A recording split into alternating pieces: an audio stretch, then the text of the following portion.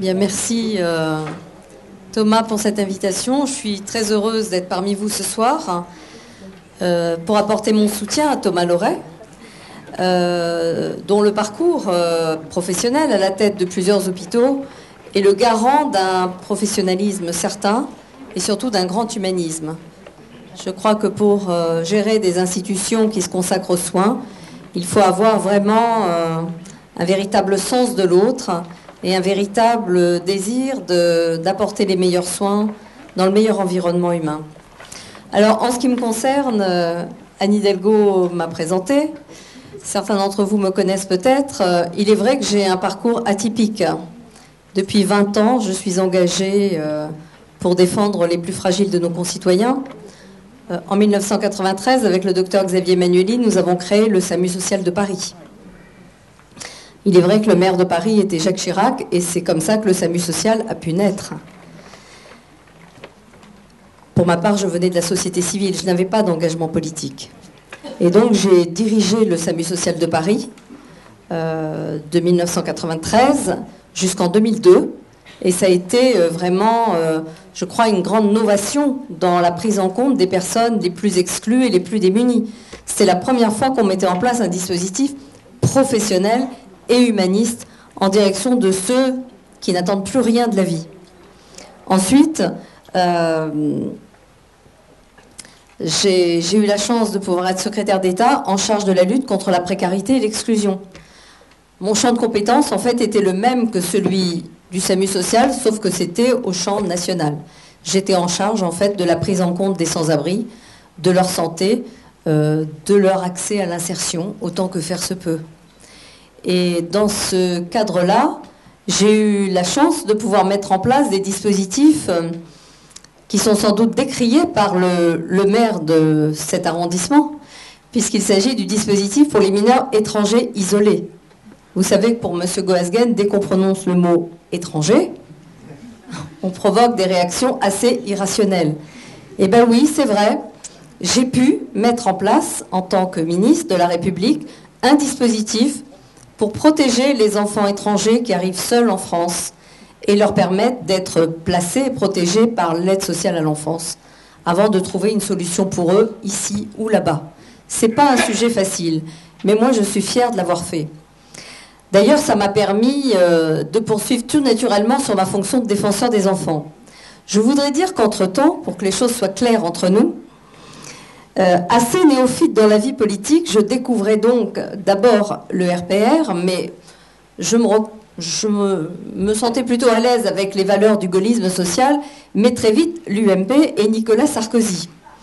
Et là, ça a été un choc, parce que c'est vrai que sur tous les sujets, nous étions en désaccord. Quand je voulais mettre les sans-abri à l'abri, ils voulaient les ramasser, les mettre dans les commissariats de police. Donc nous avions en permanence des débats assez épiques. Bref, nous n'étions jamais d'accord sur rien. Et lorsque je suis sortie du gouvernement en 2004, le président de la République, Jacques Chirac, m'a dit « Est-ce que vous voulez continuer en politique ?» Je lui ai dit « Non, non, non, surtout pas ». Et donc j'ai quitté le gouvernement pour intégrer un grand corps de l'État auquel j'appartiens encore aujourd'hui.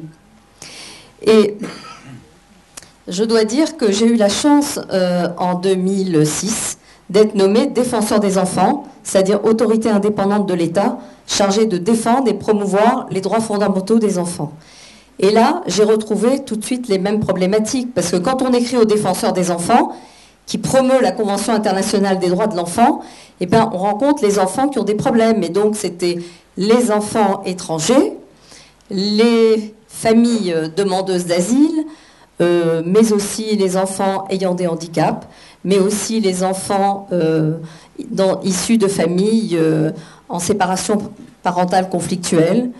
Et voilà. Et je me suis heurtée à ce moment-là encore avec Nicolas Sarkozy. Ça devenait compliqué, parce qu'il était président de la République entre-temps, sur le défenseur des enfants, puisque tous les enfants que je défendais, notamment les enfants étrangers, les enfants aussi ayant commis des actes de délinquance, parce qu'il y a une convention internationale des droits de l'enfant qui n'est pas du tout laxiste, mais qui dit qu'on doit respecter les droits fondamentaux de chaque enfant. Elle a été votée pour tous les enfants du monde, et tous les pays du monde l'ont votée à l'unanimité aux Nations Unies. Et la France, d'ailleurs, a été un des premiers pays à la ratifier. C'était sous le gouvernement de Michel Rocard. Et à partir de ce moment-là, Nicolas Sarkozy n'a eu de cesse que de supprimer le défenseur des enfants. Ça devenait insupportable d'entendre parler des enfants. Et donc, il l'a fait. J'ai mené un combat très frontal avec lui. Et j'en suis fière encore, parce que c'était un combat sur les valeurs.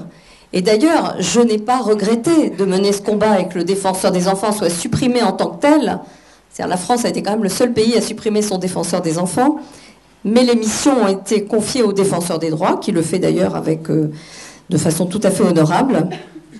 Et parce que lorsqu'il y a eu la dernière élection présidentielle, on a pu voir ce que c'était les dérives droitières.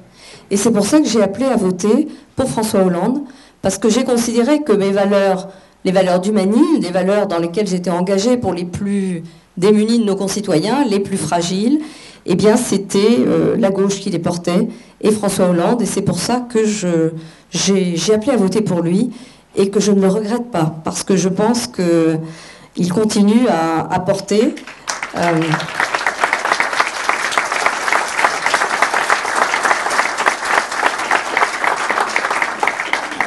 Je sais que certaines personnes peuvent avoir des déceptions, mais moi je peux vous dire que pour avoir participé à la conférence nationale de lutte contre la précarité et l'exclusion, j'ai pu constater, je peux affirmer, que ce gouvernement a vraiment une vraie volonté de participer à quelque chose qui est très important pour moi. C'est la lutte contre la précarité et l'exclusion et d'essayer de sortir le maximum de personnes de la difficulté. Après, on est dans une grande crise économique, tout n'est pas facile, mais je pense que l'intention, la pensée y est, et que précédemment, la pensée n'y était pas du tout, et que la réussite, de toute façon, n'aurait pas été au rendez-vous.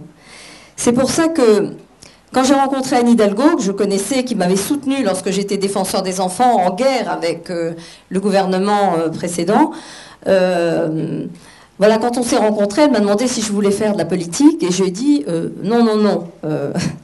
Et par contre, je lui ai dit que je voulais bien aider sur les personnes en situation de précarité, mon combat, les enfants, et je lui ai proposé de faire une mission sur les enfants en situation de précarité à Paris. Précarité visible et invisible. Et donc j'ai fait ce rapport, et ça a été un rapport quand même très, très fort pour moi, parce que vous savez, en France, il y a quand même 9 millions de personnes qui vivent en dessous du seuil de pauvreté, c'est-à-dire moins de 964 € par mois pour faire vivre toute une famille. Et bien à Paris, c'est le même taux, c'est 22%. 22% d'enfants vivent à Paris, en dessous du seuil minimum de pauvreté. Souvent, ce sont les enfants des mamans qui vivent avec une maman seule, famille monoparentale. Il est vrai qu'il y a peut-être une certaine répartition géographique de ces familles, peut-être plutôt vers les arrondissements 18, 19, 20. Mais le 16e arrondissement, le 15e arrondissement ne sont pas du tout exempts de cette pauvreté de familles et d'enfants.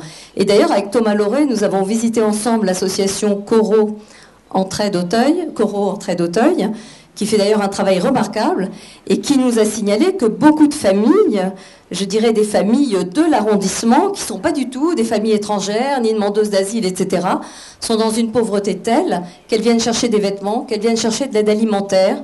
Et donc, voilà, c'est une crise économique mondiale, et les plus fragiles sont les plus atteints. Et à la suite de ce rapport, donc, Anne Hidalgo m'a proposé de m'engager auprès d'elle. Et je dois vous dire que j'ai accepté. D'abord, pourquoi? Parce que c'est elle. Et son parcours républicain, que je trouve admirable. Parce qu'elle a un projet pour Paris qui a du sens. Et le sens, c'est important. Et on voit bien que lorsque des politiques ne sont plus dans le sens, mais ils font n'importe quoi. Donc avoir du sens, c'est fondamental. Et elle a un projet qui a du sens et qui à la fois prend en compte cette ville-monde dont elle a parlé, et aussi cette ville bienveillante pour ceux d'entre nous qui sont peut-être plus vulnérables.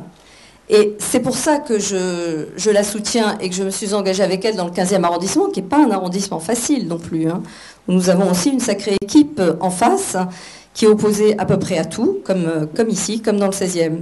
Et ce qui me plaît dans ce projet, c'est que c'est un projet pour une ville bienveillante, bienveillante pour les familles et les enfants. toutes les familles et tous les enfants. Et elle a parlé des crèches qui seront créées. C'est le principal problème des familles et surtout des mamans seules avec les enfants.